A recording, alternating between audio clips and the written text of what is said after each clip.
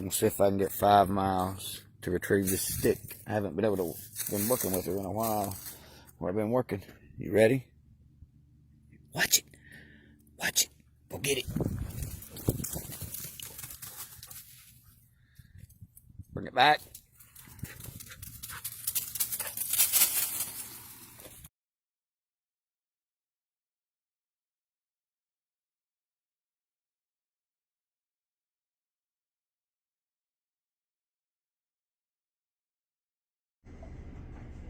What's going on, everybody in YouTube land? This is my buddy Dwayne. He's out harvesting some white elms. I haven't got a chance to go because every weekend or every day I have off, it's either raining or I have to work for somebody else. Wayne works in the mountains every single day, so I asked him if he'd make me a short video on showing you all what you need to be looking for and what you need to be pulling. As always, Mr. Wilson came through, so thank you, sir, for providing this information. I hope you all enjoy this video. Show you the leaves here.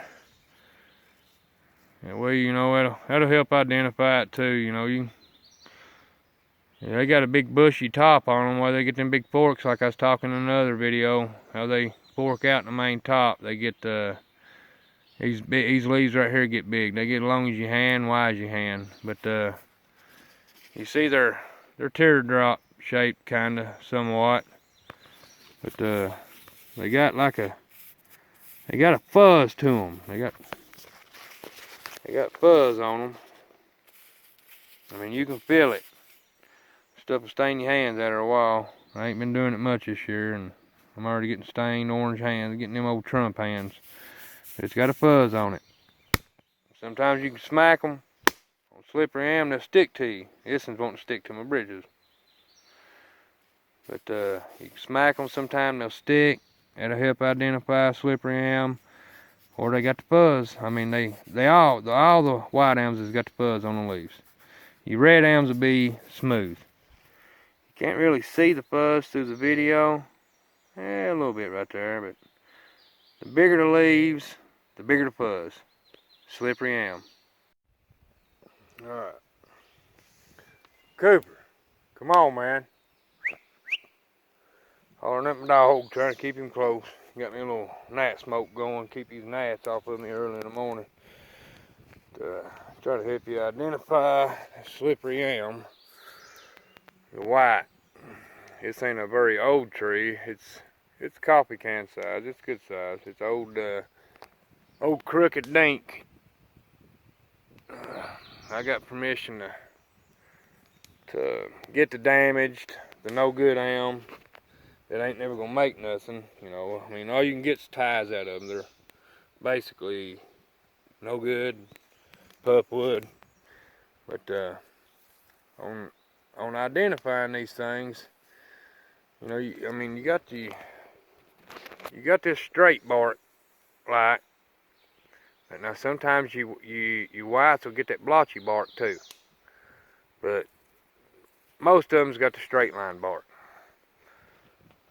But when you're skinning them, they always got the chocolate right underneath the outside main bark, this stuff.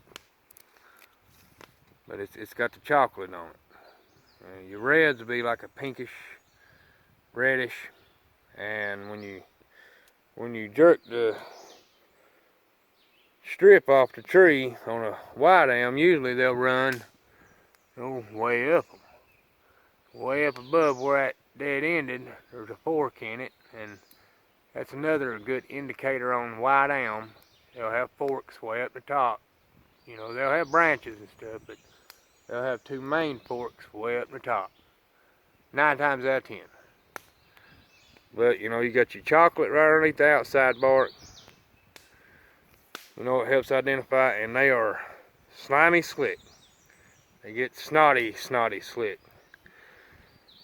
Your reds, instead of going up the tree, your reds go kind of diagonally. They don't want to strip off the tree as good. You know, they want to kind of run at an angle. Your whites will sometime, but they'll still go way up the tree. Like I said, this ain't a real old tree. Oh Lord. It's a good sized tree though. I mean, it'll probably have 50, 60 pound on it, I'd say. It's giving up pretty good bark.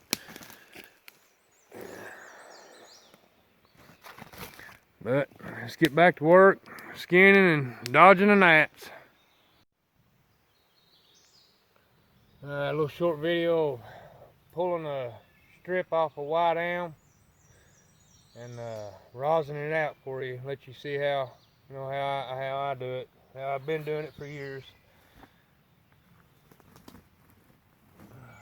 Normally I don't wear gloves, but these things are snotty, slippery. I mean, just slimy. A slippery elm. That's why they call them slippery elms. They're slimy. But I'm gonna pull a strip off and rosin it for you. A little short video.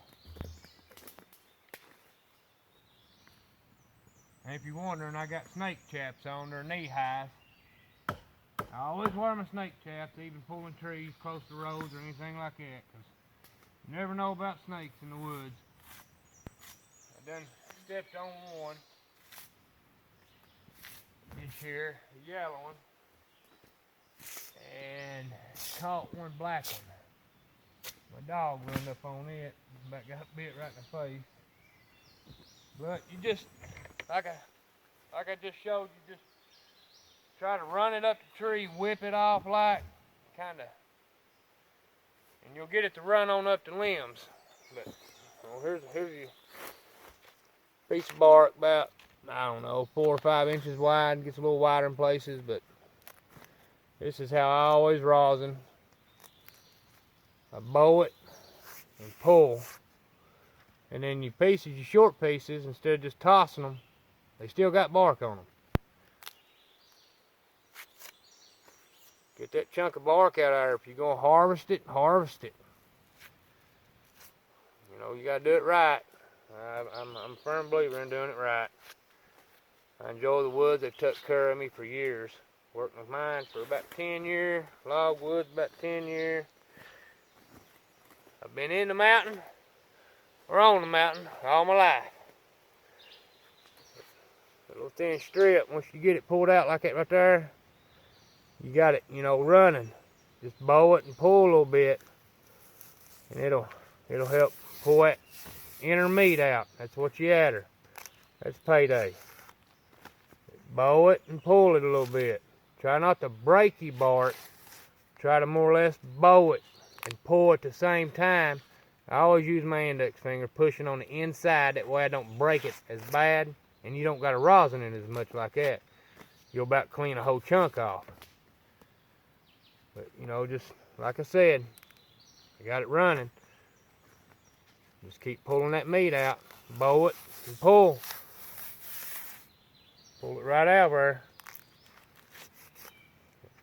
I hope this helps anybody that's willing to learn about the mountains on slippery elm. But main thing is, it ain't hard to whip it off a tree. It's finding good trees that rosin good. If you got one that's chunky on the butt, it's best just to leave it alone for a little while. Check it later in the summer when things start drying up. But rosining, you know, you got your little 4 or 5 inch wide strips. Sometimes you can get them wider. So you just bow them and kind of pull a little bit and pull that inner meat out, and you keep running it all the way down that piece. Usually I can get a piece to stay together. You can get them 60, 40, 50, 60 foot long. One piece. You just keep running it and bowing it. Pieces that break off, throw them on in the bag. Don't waste none of it. If you're going to harvest it, like I said, harvest it all. I hope this helps anybody willing to learn on pulling slippery elm. And enjoy the time in the woods. God bless. Running up as high as I can. I harvest it. I cut it completely down. And rosin all the bark. Like I was showing you a while ago in another video. You bow it and pull it. Try not to break your bark, just bow it and pull it. Remember that. After I drop it though, I'll pop all the bark off of it. It don't matter, short, long pieces, whatever. I'll pop all the bark off of it. Follow it up by my bag. And rosin that and bag it as I go. But, sweet little elm. Already got about 30 pounds in the bag, plus that laying there, so we'll come out with about 40, 50 pounds off that. Maybe a little more.